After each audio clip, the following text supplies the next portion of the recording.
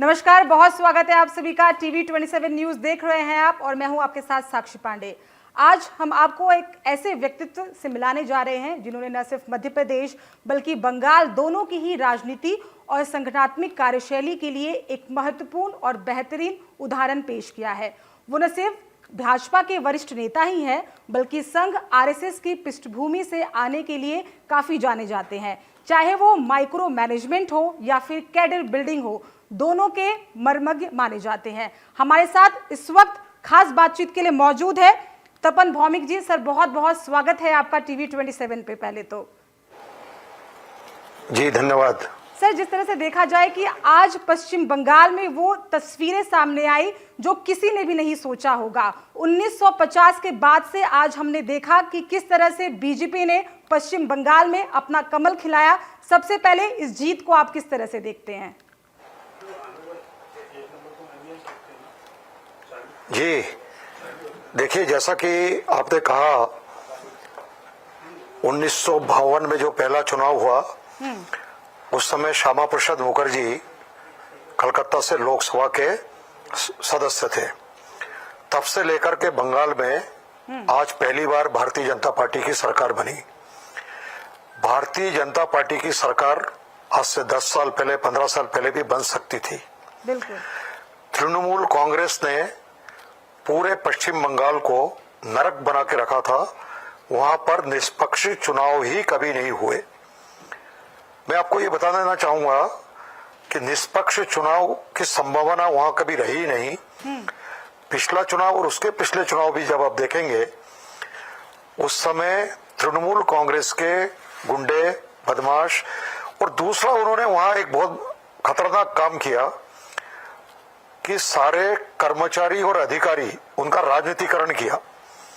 वहां का पुलिस, वहां का मास्टर, वहां का पटवारी, वहां का तहसीलदार, वहां का कलेक्टर, ये सारे के सारे तृणमूल कांग्रेस के लिए काम करते थे। बिल्कुल। ये तो हो गया एक विषय। दूसरा, उन्होंने अपनी संपूर्ण शक्ति लगा करके और किस प्रकार से अपने विरोधी शक्तियों को समाप्त किया जाए उनकी सारी व्यवस्था उन्होंने की। मैं बहुत स्पष्ट रूप से कहना चाहूंगा कि बांग्लादेश से लोग आकर के वहां पे पश्चिम बंगाल की एक दुर्दशा ये भी है कि बॉर्डर क्रॉस करके बड़ी संख्या में लोग आते हैं, हाट बाजार करते हैं और करके शाम को वापिस जाते हैं, कुछ यहीं रहते हैं। बड़ी संख्या में घुसपैठिया जो है ये लोग चुनाव प्रचार करते, चुनाव में वोट डालते और फर्जी वोटों का भी वहां पर लगभग नहीं तो 50 लाख से लेकर के 1 करोड़ लोग फर्जी मतदान करते।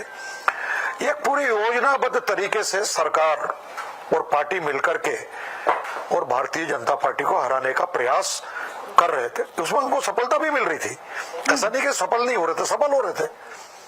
लेकिन इस बार मैं धन्यवाद देना चाहूंगा हमारे यशस्वी प्रधानमंत्री माननीय नरेंद्र भाई मोदी, हमारे गृह मंत्री अमित शाह जी, SRI लागू करके सबसे पहले तो उन फर्जी वोटों के नाम काटे जिनके दूर दूर तक पता नहीं, एक एक आदमी 4-4 5-5 जगह वोट डाल रहा था। उन सब लोगों के वोटिंग अधिकारों से उनको मुक्त किया। ये हमारी पहली विजय है कि सबसे पहले तो फर्जी वोटों को काटा जाए। बिल्कुल।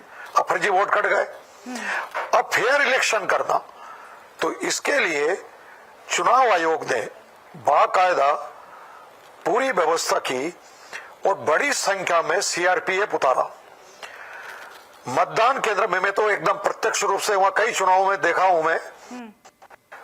आप अगर भारतीय जनता पार्टी के हैं तो आपको वोट डालने ही नहीं जान देंगे, पहले तो घर पे पीटेंगे आपको। दूसरी बात वो ये करते थे कि आपका वोट पहले से ही डाल देते थे। जैसे ही आप जाएंगे तो कहेंगे भाभी जी आपका वोट हो गया, भाई साहब आपका वोट हो गया। इस कदर उनका पूरा जमावड़ा वो लोग करते थे। 85,000 मतदान केंद्र हैं वहां पे, इसके ऊपर। उन सारे मतदान केंद्रों में उस मतदान केंद्र में कब्जा करने का प्रयास करते थे और बहुत सारे मतदान केंद्र में तो प्रयास नहीं करते थे, उन्हीं का मतदान केंद्र रहता था, सारे अधिकारी उनके, कर्मचारी उनके। तो चुनाव आयोग ने इस बार ऐसी सख्ती करी कि केवल मतदाता जो है वही परिसर के अंदर जाएगा, और सीआरपीएफ के लोग ही परिसर के अंदर जाएंगे, बाकी कोई भी परिसर के अंदर नहीं जाएगा। गुंडे, बदमाश, आताताई, अत्याचारी, इन सबको पहले से ही जेल के आनी शिक्षों के पीछे डाल दिया गया। इनके रहते हुए फेर चुनाव संभव नहीं था। और अंत में मैं आपको बताऊं, ये तो हमारी तैयारी बताया मैंने आपको। दूसरी बात मैं ये बता रहा हूं, हमारी तैयारी बहुत अच्छी थी, पहले भी रहती है, हर बार करते तैयारी, लेकिन हम निष्पक्ष चुनाव कराने में असमर्थ होते थे। इस बार जो है केंद्र सरकार के कारण और वहां पे निष्पक्ष चुनाव हुए।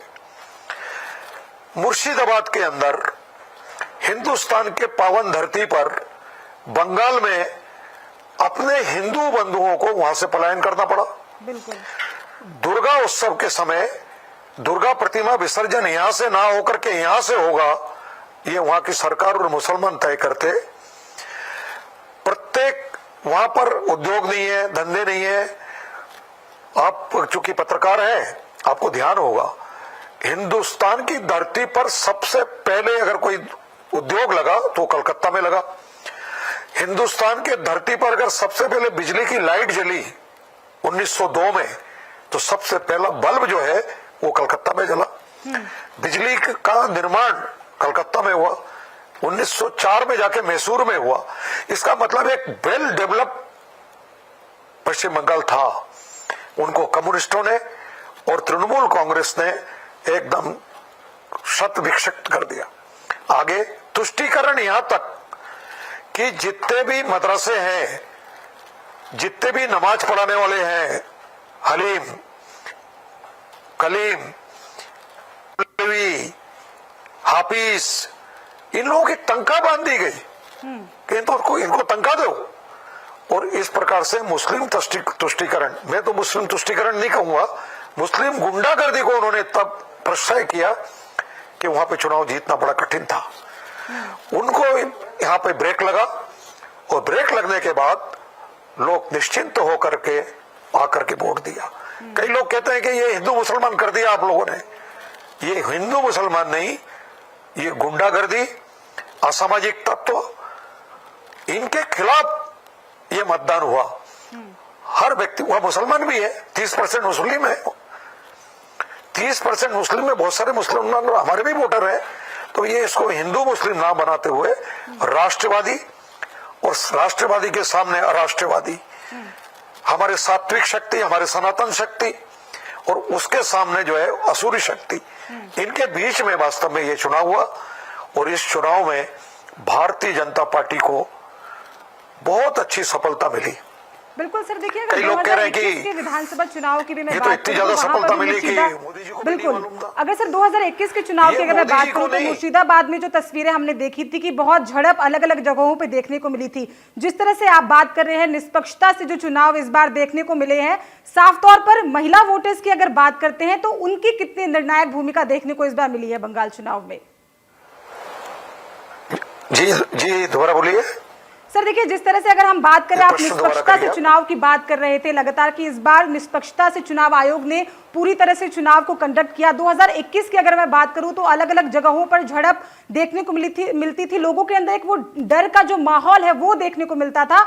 लोगों ने उससे दरकिनार करके इस बार बीजेपी को वोट दिया है। और अगर दूसरी तरफ मैं बात करूं महिला वोटर्स की, तो इस बार महिला वोटर्स ने भी कई निर्णायक भूमिका जो निभाई है। आरजीकर मेडिकल कॉलेज में जो हुआ, उसके बाद से उनकी मां ने न्याय की गुहार के लिए दर्दक भटकी, लेकिन उनको न्याय कहीं भी नहीं मिला। तो इस बार जो जनता है वो ये कह रही है कि इस बार महिलाओं ने भी बढ़ चढ़कर बीजेपी का समर्थन किया है और बदलाव की राजनीति के लिए बढ़ चढ़कर वोट किया है।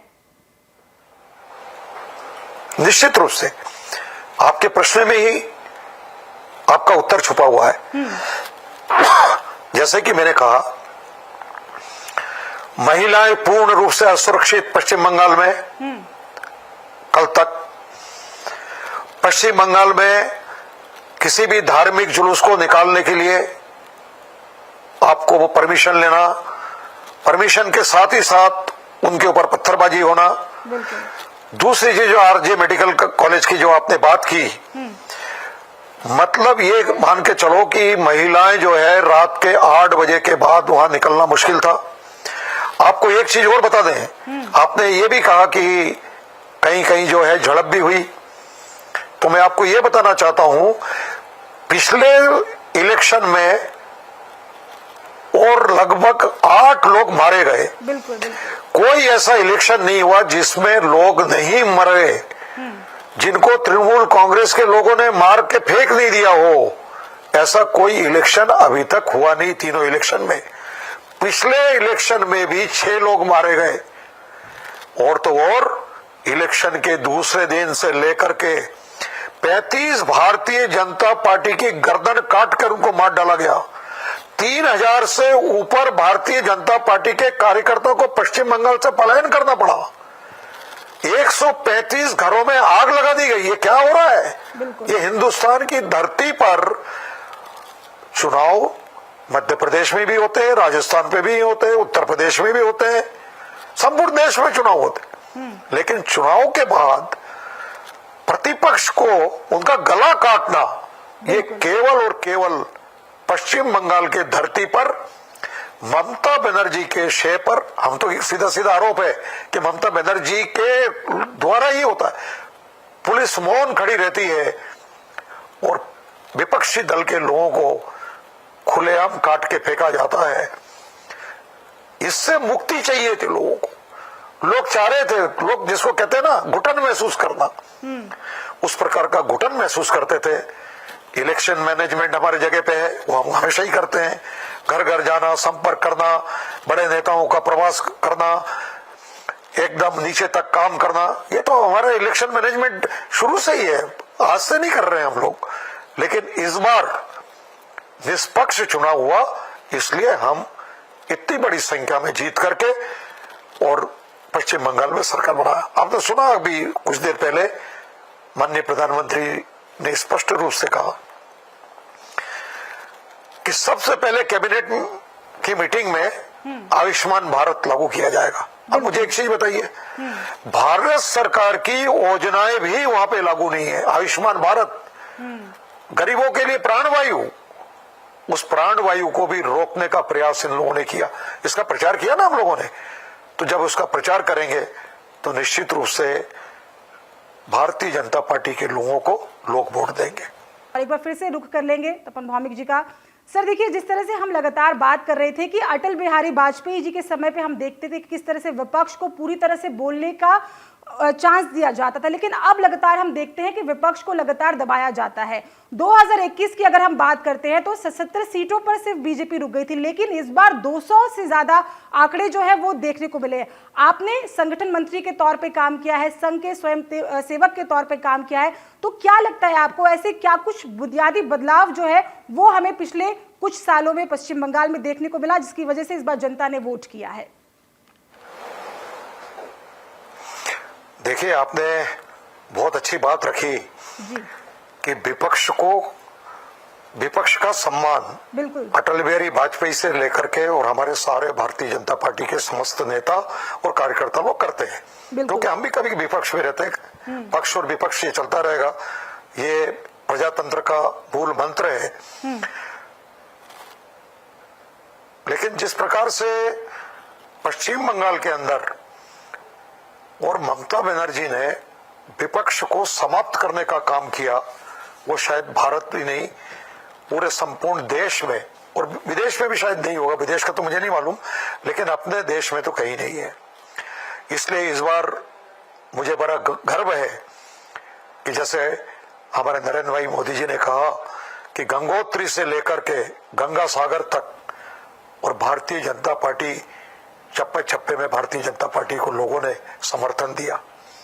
आपको मैं ये भी बताना चाहूंगा कि पश्चिम बंगाल में लोग ऐसा मान के चल रहे हैं कि हम 1947 में जैसे आजादी का जश्न, अब देख रहे होंगे आप तो चैनल चलाते हैं, पूरे माहौल ऐसा है कि हर आदमी प्रसन्न है और पहली बार प्रसन्नता सड़क पे आकर के लोगों ने व्यक्त किया है। वास्तव में ये भी एक ऐसा मानना चाहिए कि लोग आपके भारतीय जनता पार्टी, हमारी भारतीय जनता पार्टी, संपूर्ण देश के भारतीय जनता पार्टी और नरेंद्र भाई मोदी, अमित शाह जी कि जो उन्होंने जो विश्वास दिलाया, शुरू शुरू में ऐसा लग रहा था कि पश्चिम बंगाल में इस बार खून खराब हो जाएगा, काट डालेंगे मत। आप इन लोगों के स्टेटमेंट देखिए। बिल्कुल। सबसे पहले तो खतरनाक स्टेटमेंट आपने भी दिखाया होगा चैनल में कि अभिषेक बनर्जी कह रहे हैं कि 4 तारीख के बाद मोर्चा मैं संभालूंगा। बिल्कुल। और मैं निपटूंगा इन लोगों से, आप चिंता मत करिए। एक वहां पे रामबाग करके स्थान है, बहरमपुर है, जहां पे भाजपा जीत गई, पिछले बार भी जीती, लेकिन इस बार अगर जीत गई तो मैं मोर्चा संभालूंगा। काय का मोर्चा संभालोगे भाई? काटने का ही मोर्चा संभालोगे ना। लेकिन भारतीय जनता पार्टी कभी भी बदले के भाव से काम नहीं करती। हमारे प्रदेश अध्यक्ष जी ने भी, पश्चिम बंगाल के प्रदेश अध्यक्ष जी ने भी आह्वान किया है कि जो उन्होंने किया कार्यकर्ताओं के साथ वो हमको नहीं करना। हम राष्ट्रवादी हैं, हम राष्ट्रभक्त हैं, हम देश को सही दिशा में ले जाना चाहते हैं, हम बंगाल को सोनार बंगला बनाना चाहते हैं। अब देखिए उन्होंने नारा क्या दिया, ए पारे बांग्ला ओ पारे बांग्ला। ओ पारे बांग्ला का मतलब क्या है? उस पार भी बंगाल है और इस पार भी बंगाल है, मतलब बांग्लादेश और पश्चिम बंगाल ये दोनों एक है। क्यों बोल रहे हो भाई ए पारे बांग्ला ओ पारे बांग्ला, जय बांग्ला? लेकिन हमारा नारा सोनार बांग्ला। निश्चित रूप से ये सोनार बांग्ला बनेगा। मैं आपके चैनल के माध्यम से पूरे पश्चिम बंगाल के समस्त कार्यकर्ताओं को, उन्होंने जो मेहनत संघर्ष किया, उनके प्रति आभारी हूं। और मैं धन्यवाद दूंगा केंद्र सरकार के प्रति, भारतीय जनता पार्टी के केंद्र नेतृत्व के प्रति और देश भर के समस्त कार्यकर्ताओं के प्रति धन्यवाद। देखिए, हम जिस तरह से आकाश बनर्जी की बात कर रहे थे, लगातार उनके विवादित बयान जो है वो हमने भी टीवी 27 के माध्यम से तमाम दर्शकों को दिखाया। विरोध देखिए उसका भी लगातार देखने को मिला था। वो कहा जाता है ना कि अहंकार तो रावण का भी नहीं चला था, फिर जो आज के नेता हैं उनके क्या चलेंगे। लेकिन लगातार अगर तपन जी बात करूं मैं, तो हमेशा से ये आरोप भाजपा पे बंगाल में हमें देखने को मिलते थे कि बंगाल को वो बंगाल में बाहर से की पार्टी बताई जाती थी और बंगाली और बाहरी चुनाव को लेकर लगातार मुद्दे बनाए जाते थे। लेकिन इस बार जो चुनावी आंकड़े आए वो पूरी तरह से अलग बताए जा रहे थे और साथ ही भाजपा बंगाली भद्रलोक और साथ ही स्थानीय पहचान के साथ खुद को जोड़ने के लिए पूरी तरह से कहीं ना कहीं इस बार हमें सफल होते नजर आई है, अगर बात की जाए तो। जी, आपने एकदम सही कहा। इन्होंने ये प्रचार किया कि भारतीय जनता पार्टी बाहर के लोगों की पार्टी है। मेरे को एक चीज बताइए, लेकिन इसका ये जो प्रचार है ये टोटल सिरे से खारिज है, आज से खारिज नहीं है। अरे श्यामा प्रसाद मुखर्जी का जन्म बंगाल में हुआ और भारतीय जनता पार्टी का एक एक कार्यकर्ता से लेकर एक एक नेता और बंगाल के बंगाली है। तो जो बंगाल के बंगाली हैं, भारतीय जनता पार्टी का जो केंद्रीय नेतृत्व है, वो केंद्रीय नेतृत्व में अगर देखा जाए तो प्रधानमंत्री जो है भारतीय जनता पार्टी के, हमारे यशस्वी प्रधानमंत्री, पहले भारतीय, मोदी जी हमेशा बोलते हैं कि मैं पहले भारतीय जनता पार्टी का कार्यकर्ता हूं, उसके बाद मैं प्रधानमंत्री हूं। तो निश्चित रूप से बंगाल में सारे के सारे बंगाली लोग ही चुनाव लड़ रहे हैं। गुजरात से जाकर के, मध्य प्रदेश से जाकर आप या तपन भौमिक तो जाके चुनाव नहीं लड़ रहा, तो वहां पर कैलाश विजयवर्गीय जाके तो चुनाव नहीं लड़ रहे, वहां पे गुजरात के नेता लोग तो जाके चुनाव नहीं लड़ रहे। तो वो बाहरी पार्टी बोलने का प्रयास कर रहे थे, लेकिन बंगाली इतना मूर्ख नहीं है कि वो उनके बातों पे विश्वास करे। आपने ही कहा कि महिलाएं बड़ी संख्या में उतर के सामने आई और आकर के उन्होंने वोट देना मंजूर किया। तो इस चुनाव ने ये घोषित कर दिया कि किसी भी प्रकार के दबाव में आकर भारतीय जनता पार्टी को दबाया नहीं जा सकता और गुंडे, बदमाश, शैतान, इन लोगों का हिंदुस्तान में कहीं जगह नहीं है। तो निश्चित रूप से पश्चिम बंगाल के लोगों ने भारतीय जनता पार्टी में सोच समझ करके और उन्होंने वोट दिया। एक बार मैं बार बार कहना चाहूंगा कि ये वोट पहले भी देना चाह रहे थे, पिछले चुनाव में भी देना चाह रहे थे, उसके पहले भी देना चाह रहे थे, पर कभी इनने फेयर वोट होने नहीं दिया। नकली वोट, दादागिरी, बदमाशी, मारकाट, मेरे आंखों के सामने पिछले चुनाव की मैं बात बता रहा हूं। अपने कार्यकर्ता टेंट लगा करके चुनाव केंद्र के बाहर और सब लोग बैठे हुए हैं। इतने में एक गाड़ी आई, मोटरसाइकिल लेकर के आया, उन्होंने 3-4 बम फेंके। बम फेंकते ही तितर बितर हो गया, चारों तरफ खबर उड़ी कि बम चल गया, बम चल गया। पूरे मतदान केंद्र में लोग वाग इधर उधर भागे और तृणमूल कांग्रेस वालों ने वोट डालना चालू कर दिया। वो आतंक बंद हो गया। ये आतंक अगर पहले नहीं बंद होता तो पहले ही सरकार बंद थी अपनी, पर आतंक के भरोसे इनने 15 साल काट लिए। अब 15 साल काट लिए, अब आतंक नहीं चलेगा। अब आतंकवादियों को जो है, जैसे कि हमारे अमित शाह जी ने कह दिया कि आतंकवादी, उन्होंने हिंदू मुसलमान नहीं कहा, उन्होंने कहा कि जो बदमाश है, जो गुंडे हैं, उन लोगों को छाट छाट करके उन पे कार्रवाई की जाएगी। 37 मुकदमे चल रहे हैं वहां पे। 37 मुकदमे एक आदमी के ऊपर, उसमें हत्या, लूटपाट और पता नहीं क्या क्या है। ऐसे लोग तृणमूल के बहुत अच्छे कार्यकर्ता माने जाते हैं। ये सब जेल के शिक्षकों के पीछे होंगे।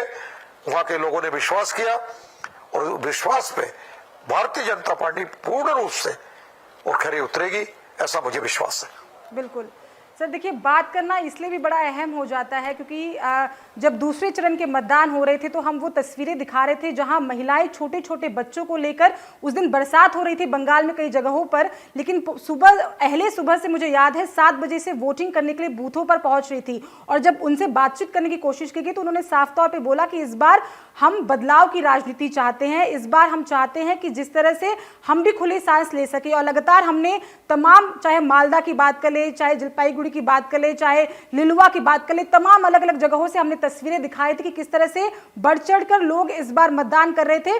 और एक छोटे कार्यकर्ता की तस्वीर अभी कुछ देर पहले मैंने दिखाई थी जहां वो फूट फूट के रोते हुए नजर आए और साफ तौर पर उनका यह कहना था कि जब पिछले चुनावों में हमें हार का सामना करना पड़ता था तो यही टीएमसी के लोग आकर हमें चिढ़ाया करते थे कि आप कभी बंगाल में जीत नहीं पाएंगे। लेकिन आज जब हमारी जीत हुई है, प्रधानमंत्री नरेंद्र मोदी की जीत हुई है, भाजपा की जीत हुई है, तो आंखों से ये आंसू जो है वो खुशी के आंसू छलकते हुए नजर आ रहे हैं।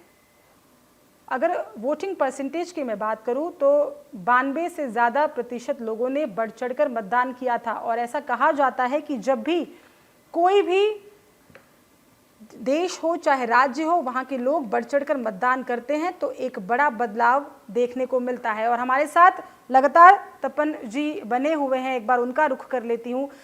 सर देखिए, अगर बात करें, लगातार हम बात कर रहे थे, आप तक आवाज़ नहीं पहुंच पा रही थी, वही सवाल मैं दोबारा लेना चाहूंगी। आज जब प्रधानमंत्री नरेंद्र मोदी बीजेपी मुख्यालय पहुंचे थे तो उन्होंने अपनी माला राष्ट्रीय अध्यक्ष नितिन नवीन जी को पहना दी और साफ तौर पे वो तस्वीरें बड़ी वायरल हुई। तो हमेशा से प्रधानमंत्री नरेंद्र मोदी जो है वो कार्यकर्ताओं के लिए काम करते नजर आते हैं। आज एक कार्यकर्ता की तस्वीर पश्चिम बंगाल से भी आई जो रोते बिलखते नजर आए। उन्होंने कहा कि टीएमसी हमेशा से ये आरोप लगाती थी कि बीजेपी पश्चिम बंगाल में कभी नहीं जीत पाएगी, लेकिन आज जब जीत हासिल हुई तो आंखों से खुशी की जो आंसू थी वो झलकते हुए नजर आया। जी, निश्चित रूप से आपने 2 बातें कही।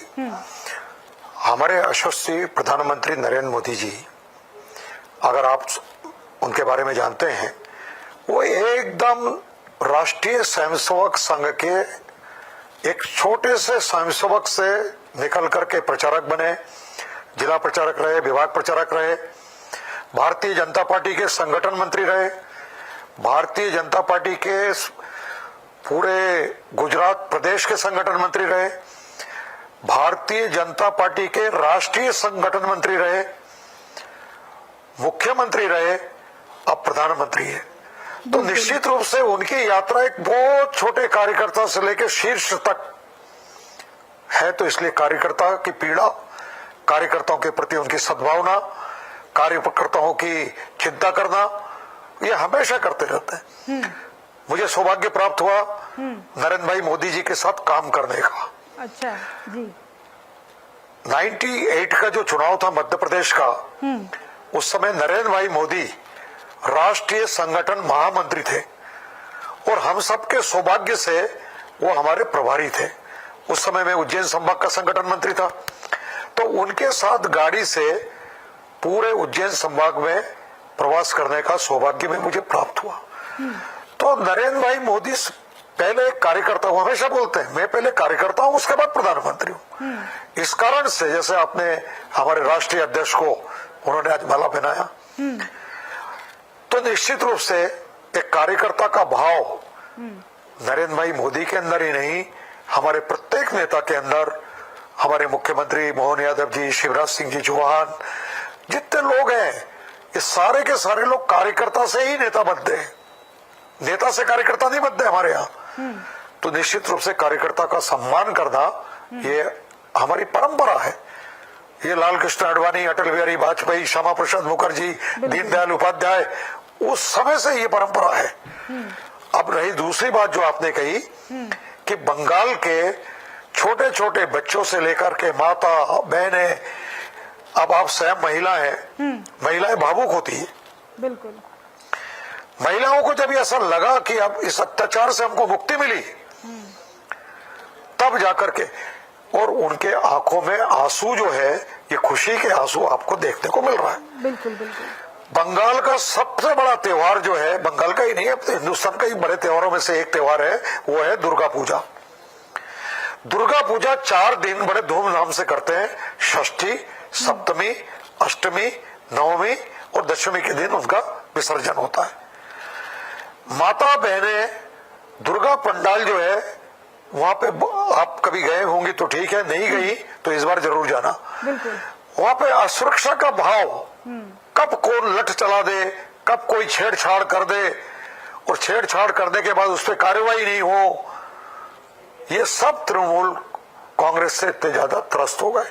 आपको एक मैं और खतरनाक चीज बताता हूं, किसी की भी जमीन पर अगर वो भाजपा का आदमी है तो वो अपना जमीन भी सुरक्षित नहीं रख सकता।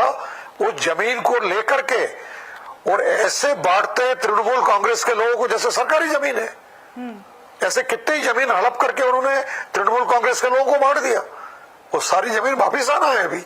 बहुत सारी समस्याएं, सबका समाधान एक, भारतीय जनता पार्टी, कमल का फूल। तो आज पूरी रात और पश्चिम बंगाल के हर गली में, हर मोहल्ले में, हर गांव में, हर स्थान पर वहां पर जश्न मनाया जा रहा है उत्साह के साथ।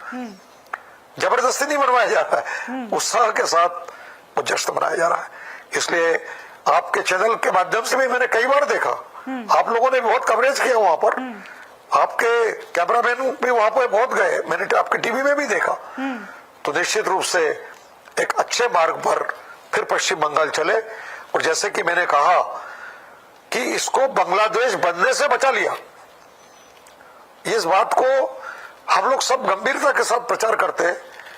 और उन्होंने कितने कुप्रचार किया कि अगर भाजपा की सरकार आ गई तो मछली खाना बंद करवा देंगे, भाजपा की सरकार आ गई तो यहां पर जो है मुसलमानों को रहने नहीं देंगे। मुझे आप एक चीज बताइए, मध्य प्रदेश में वर्षों से भारतीय जनता पार्टी की सरकार है, लगभग 20 साल पूरा करेंगे हम लोग। बिल्कुल। इसमें कितने मुसलमानों को हमने पाकिस्तान भेजा?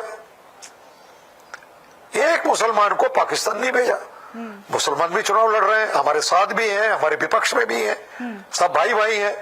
लेकिन उन्होंने क्या प्रचार किया कि तुमको मार मार के बांग्लादेश भेज देंगे। तो उनको बांग्लादेश नहीं जाना पड़े इसलिए उन्होंने हिंदुओं को मारना शुरू कर दिया। ये सारा का सारा जो है ये केवल ममता बनर्जी और उनका भतीजा। मैं तो नामजद आपको बताता हूं, एक घटना इतना बेदारक, हृदय विदारक है कि डायमंड हार्बर करके वहां एक लोकसभा की सीट है, वहां से जो है इनके भतीजे साहब वो वहां के सांसद हैं। जिस दिन सांसद बने वहां से 70-80 भारतीय जनता पार्टी कार्यकर्ताओं का पलायन हो गया। उसमें एक राजकुमार सरदार करके बंगाली कार्यकर्ता है, भाजपा का मंडल अध्यक्ष, वो 6 महीने तक राजस्थान में रहा। खड़गपुर के सुनील जैन भोपाल में रहा 3 महीने तक। उन सब का भी इंटरव्यू कराना चाहता हूं, एक बार मौका मिलेगा तो बिल्कुल बिल्कुल, बेशक। घर छोड़ के, बंगाल छोड़ के क्यों रहे हो? क्योंकि भारतीय जनता पार्टी के कार्यकर्ता हो। इसलिए मध्य प्रदेश, उत्तर प्रदेश, राजस्थान से कितने कार्यकर्ताओं को भारतीय जनता पार्टी ने बाहर भेजा, मारे डाल रहे हैं, सांस नहीं लेने दे रहे हैं। और पहली बार, और वहां पे मुझे एक चीज बताइए, पिछले चुनाव में अरविंद वेरन जी के ऊपर, जो हमारे चुनाव प्रभारी थे, कैलाश विजयवर्गीय के ऊपर आक्रमण, झूठे केस, जेल में कैसे डाला जाए उसकी तैयारी। ये कौन सी सरकार है भाई? ये अंग्रेजों ने भी इस प्रकार का अत्याचार नहीं किया। उन्होंने भी पहले एक नोटिस दिया, उसके बाद बंद किया। लेकिन इन लोगों ने सीधे सीधे भारतीय जनता पार्टी के कार्यालयों पे और आक्रमण किया। इस बार तो कार्यालय में आक्रमण नहीं हुआ, क्योंकि इस बार सीआरपीएफ खड़ी थी वहां पर। इस बार मोदी जी के नेतृत्व में पिछले बार जो जो गलतियां हम लोगों ने की, उन सब गलतियों को दूर करके और ये चुनाव लड़ा गया। इसलिए इतना बड़ा जनादेश हमको मिला। बिल्कुल सर, आपने तमाम अहम जानकारी दी और जिस तरह से आपने लगातार कार्य किया है ग्राउंड जीरो पे रह के, और आपने जिस तरह से कहा कि हमारे टीवी 27 के माध्यम से हम लगातार ये कोशिश करते हैं कि किस तरह से हम जनता की आवाज़ जो है वो हमेशा बुलंद करें और लगातार लोगों तक पहुंचाते रहे। और बेशक आप इंटरव्यू करवाइएगा और आप हमारे साथ जुड़े, तमाम अहम मुद्दों पर आपने हमसे बातचीत की, उसके लिए बहुत बहुत धन्यवाद सर आपका। तो देखिए, आपको बताते चलूं कि आज पश्चिम बंगाल में जिस तरह से जीत दर्ज की है बीजेपी ने, हमने तमाम टीवी 27 के माध्यम से वो तस्वीरें आपको दिखाई कि किस तरह से भाजपा ने चाहे असम में तीसरी बार चुनावी हैट्रिक लगाते नजर आई। और वही अगर पश्चिम बंगाल की बात करते हैं तो वहां पर भी ये चुनावी आंकड़े जो है वो देखने को मिले। अगर बात करें दोनों चरणों में, इस बार महिलाओं ने भी बढ़ चढ़कर मतदान किया था और ऐसा माना जाता है कि जब महिलाएं वोट करने के लिए निकलती है तो एक निर्णायक भूमिका निभाती है। और तमाम उन मुद्दों को हमने आज सुबह से आप तक तस्वीरें पहुंचाई, तमाम वो तस्वीरें दिखाई जिसने आज बीजेपी को एक बार फिर से पश्चिम बंगाल में वो चुनावी जीत हासिल की। फिलहाल के लिए तमाम अहम जानकारी के लिए देखते रहिए टीवी 27 न्यूज़। नमस्कार।